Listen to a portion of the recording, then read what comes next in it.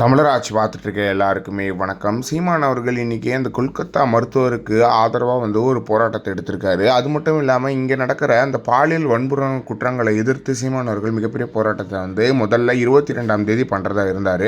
22ஆம் தேதி என்ன பிரச்சனைன்றது தெரியல. 23ஆம் தேதிக்கு மாற்றப்பட்டது அந்த தேதி. 23ஆம் தேதி மாற்றப்பட்ட தேதியில் மறுபடியும் ஒரு மாற்றம் வந்தது. அது என்ன அப்படின்னு பார்த்தீங்கன்னா இடம் மாற்றம் அப்படின்ற மாதிரி சொல்லியிருந்தாங்க. முதல்ல எங்கே இருந்து பார்த்தீங்கன்னா ராஜரத்னம் ஸ்டேடியத்துக்கிட்ட தான் சீமான் அவர்கள் நிறைய போராட்டம் பண்ணியிருக்காரு. அங்கே தான் போராட்டத்துக்கான இடமும் இருக்குது, அந்த இடத்துல போராட்டம் பண்ணலாம் அப்படின்னு சொல்லியிருந்தாங்க.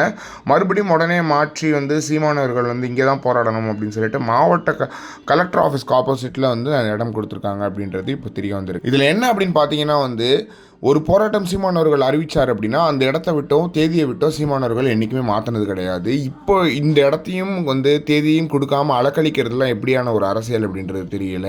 சீமான் அவர்கள் போராடினா மட்டும் ஏதாவது பிரச்சனை, சீமான் அவர்கள் எது பண்ணாலும் பிரச்சனை பண்ணுறதுலாம் ரொம்ப தவறான விஷயமா இருக்குது.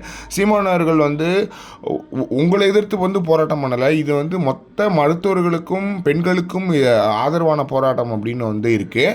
அந்த போராட்டத்துக்கே உங்களுக்கு பர்மிஷன் கொடுக்கறதுக்கு வலிக்குதா, கஷ்டமாக இருக்கா அப்படின்றது தெரியல. எதுக்கு சீமானை மட்டும் போட்டு இவ்வளோ அலக்கழிக்கணும் அப்படின்றது புரியல.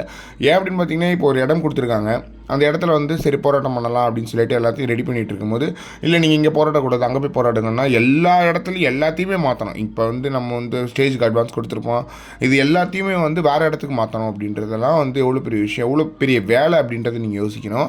இது எல்லாத்தையும் பண்ணணும் அப்படின்றதெல்லாம் ரொம்ப தலைவலியான விஷயம். பட் ஆனாலுமே நாங்கள் எங்கள் போராட்டத்தை கைவிட மாட்டோம், நீங்கள் தேதி கொடுத்தாலும் சரி இடம் கொடுத்தாலும் சரி கொடுக்கட்டியும் சரி நாங்கள் போராடுவோம் அப்படின்னு சொல்லிட்டு சீமானர்களோட மன வலிமை ரொம்ப சந்தோஷமாக இருக்குது. இதை பற்றி நீங்கள் என்ன நினைக்கிறீங்க அப்படின்றத மறக்காம கமெண்ட் பாக்ஸில் சொல்லுங்கள்.